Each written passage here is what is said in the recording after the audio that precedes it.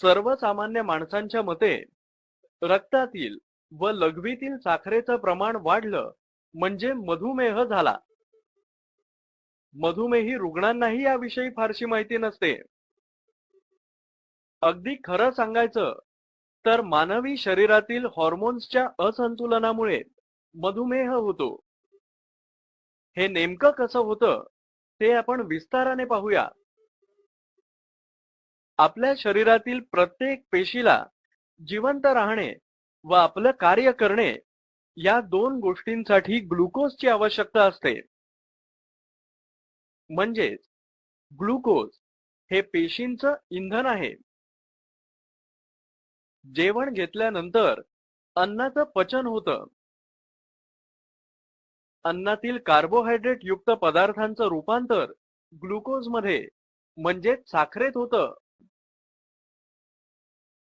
अतिरिक्त साखर ग्लायकोजनच्या स्वरूपात राखीव साठा म्हणून लिव्हर व स्नायूंमध्ये साठवली जाते. ती आतड्यांमधून रक्तात मिसळते आणि रक्तातून ती आपल्या शरीरातील सर्व पेशींना पुरवली जाते. आहार पचनाच्या या टप्प्यावर इन्शुलिनचं काम सुरू होतं. आधी आपण इन्शुलिन म्हणजे काय हे थोडक्यात बघूया.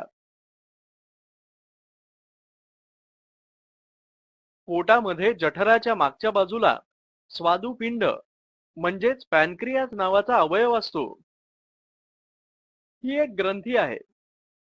म्हणजे शरीरातील चयापचयावर नियंत्रण ठेवणारी हॉर्मोन्स किंवा संप्रेरके व एन्झाइम्स म्हणजेच पाचक रस स्वादुपिंडामध्ये तयार होतात.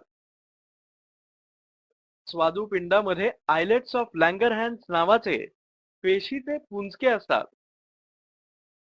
याच्या रचनेमध्ये वेगवेगळ्या प्रकारच्या पेशींचा समावेश असतो. त्यातील बीटा प्रकारच्या पेशी इन्शुलिन निर्मितीचं कार्य करतात. शरीराच्या गरजेनुसार कमी जास्त प्रमाणात इन्शुलिन रक्तामध्ये सोडलं जातं. रक्तातील साखरेचा शरीरातील पेशींमध्ये प्रवेश होणे या गोष्टीसाठी इन्शुलिनची आवश्यकता असते.